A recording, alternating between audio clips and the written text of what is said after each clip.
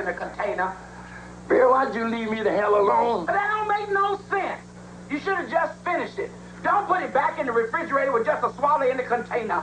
Eddie Murphy joins Richard Pryor and Redd Foxx playing gangsters in Harlem in the 1930s in Harlem Nights. That's one of 4 new movies we'll be reviewing this week on Siskel and Ebert. I'm Gene Siskel of the Chicago Tribune. And I'm Roger Ebert of the Chicago Sun-Times. Our first movie is Harlem Nights, and this one is a real disappointment coming from Eddie Murphy and Richard Pryor. A recycled collection of 1930s gangster cliches that's like stuff we've seen 100 times before.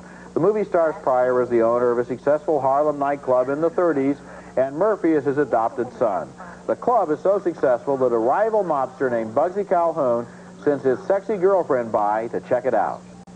What would a woman that fine want in a big, fat, nasty, greasy, fat, stank, bloated, cheesy, back 12 sandwich-eating bastard? What does she want with it? Oh, she likes fat guys. Bugsy the gangster wants a piece of the action, and Murphy wants to fight back, but Pryor has a cooler head. You know, when you die, when you're 89, you got your children and your grandchildren around the bed, that's cool. It ain't cool to die at 27. I'm not going to let you do that to yourself. I'm not going to let you do it to me. Because they kill you, they're going to have to kill me. Because I'm going to kill them. Taking care of business includes riding herd on the resident madam, played by Della Reese. So, baby, how are we doing now? We made about 200. How they only make $200? I don't never say nothing to you when the crap table and the bar come up short. Because the bar and the crap table never come up short, just the girls. Are you saying I'm stealing? You in charge of the girls, right? I am in charge of the girls. Are you in charge of the girls? I am in charge of the girls. Either you or them got a problem with their arithmetic. Redd Foxx has a supporting role in the movie as a nearsighted croupier. Where's the hash? In the middle cabinet on the 3rd shelf. That's not hash, it's tuna fish. Well, make some tuna then. You got to do something about them eyes, Benny. You got my mouth all ready for hash and eggs, and you ain't got no hash. Almost everything in this movie is borrowed from other places, from old gangster movies, from the Cotton Club, from standard Damon Runyon stories. The only thing that's a little original is that nobody in this movie talks as if it's really 1938. The dialogue is distractingly filled with 4- and 12-letter words that sound at home in the nightclub acts of Pryor and Murphy, but in this movie, they only indicate that they don't really want to make a period picture. They just want to dress up in old clothes, ride around in old cars, and do their thing. I know that Eddie Murphy is the #1 box office star in America right now, but sooner or later, his reputation is not going to be enough to carry turkeys like this.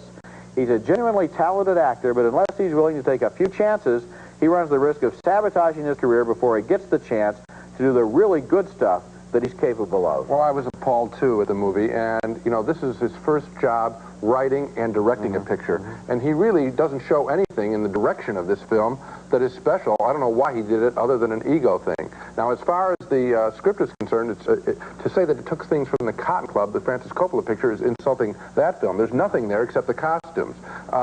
It has no music. Isn't that interesting? You have a band in the background and it just plays background music. There is not one musical number. They didn't want to spend the money. They couldn't find anyone paid enough to write the songs. You would think that would be entertaining. No. Instead, there's a lot of foul language, and there is a lot of racism, black against white and vice versa. So much so you wonder, you know, what are they doing with that stuff here? It's just is that thrown in for entertainment value? The whole picture is dead in terms of the way scenes take place.